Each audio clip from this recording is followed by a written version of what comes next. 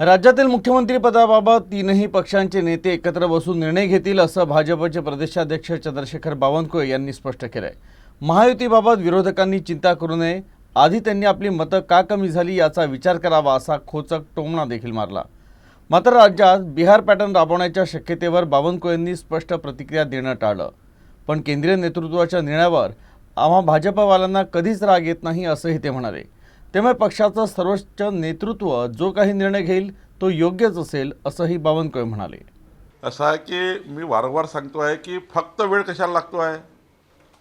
तीन पक्षाचे आपापले मंत्रिपद, पालकमंत्रीपद, त्यांचं पोर्टफोलिओ, ह्या सर्व बाबीला जेव्हा सरकार बनतं तेव्हा सर्वच बाबीचा विचार करावा लागतं।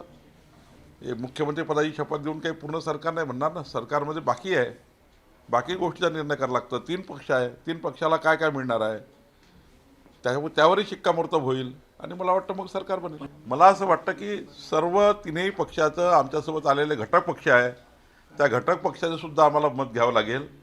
पण एकंदरीत जेव्हा सरकार बनेल तेव्हा सरकार हे पूर्ण क्षमतेने बनेल, पूर्ण सर्वांचं व्यवस्थित पद्धतीने सर्वच पक्षाला न्याय मिळाला पाहिजे असं सरकार बनेल। EVM खराब आहे, EVM खराब आहे, डांबरटपणा आहे, अर्रावीपणा आहे। हा अर्रावीपणा, डांबरटपणा करण्यापेक्षा मतावर लक्ष दिलं पाहिजे। कुठं कमी झालो? नाना पटोले 206वर का आले? तरी आत्मपरीक्षण केलं त्यांनी। आम्ही केंद्रीय नेतृत्वाने घेतलेल्या कुठल्याही निर्णयाला भारतीय जनता पार्टी कधी नाराज होऊ शकत नाही। आमचा पक्ष जो निर्णय घेतो तो अंतिम असतो। आमच्याकरता पक्ष हा एक पक्ष हा शेवटी जो पक्ष निर्णय करेल तो आमचा अंतिम आहे आणि पक्ष आजही निर्णय करेल तो आमच्याकरता लागू आहे।